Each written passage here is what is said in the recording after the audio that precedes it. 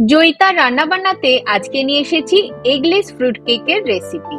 দারুণ টেস্টি এইরকম স্পঞ্জি আর soft eggless cake কিভাবে বাড়িতেই বানিয়ে নেওয়া যায় আজকে সেই রেসিপি আপনাদের সাথে শেয়ার করব।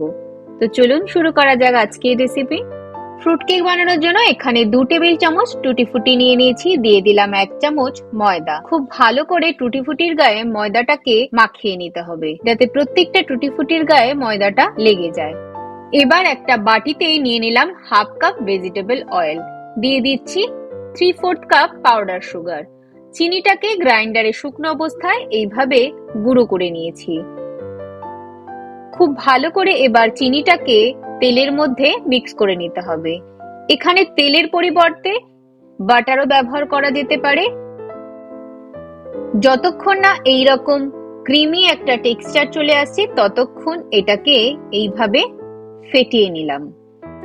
এবার নিয়ে নিলাম 1.5 কাপ ময়দা, দিয়ে দিচ্ছি 1/4 চামচ বেকিং পাউডার আর 1 চিমটে বেকিং সোডা, দিয়ে দিচ্ছি হাফ চামচ ভ্যানিলা এসেন্স, দিয়ে দিচ্ছি হাফ কাপ রুম টেম্পারেচারে থাকা দুধ। এবার আলগা হাতে এটাকে মিশিয়ে নিতে হবে। তারপর একই ডিরেকশনে এইভাবে ব্যাটারটাকে ভালো করে ফেটিয়ে নিতে হবে।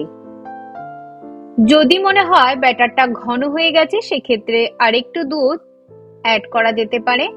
3 থেকে 4 মিনিট এইভাবে ব্যাটারটাকে খুব ভালো করে ফেটিয়ে নিলাম।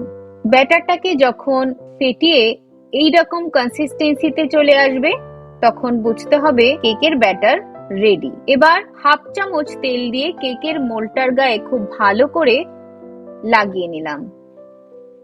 এখানে বাটারও ব্যবহার করা যেতে পারে। তারপর যে ময়দা মাখানো টুটি ফুটি ছিল সেটাকে দিয়ে দিলাম।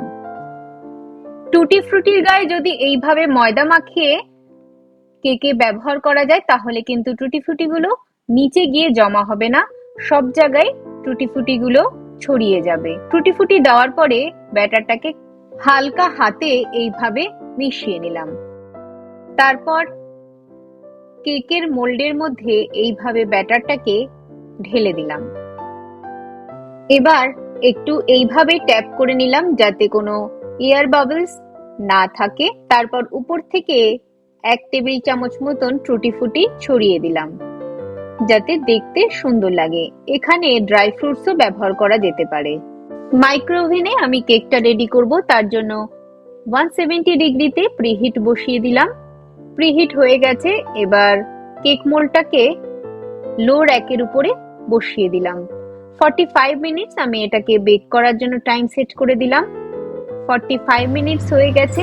এবার ওভেন থেকে সাবধানে কেকটাকে বের করে নিলাম।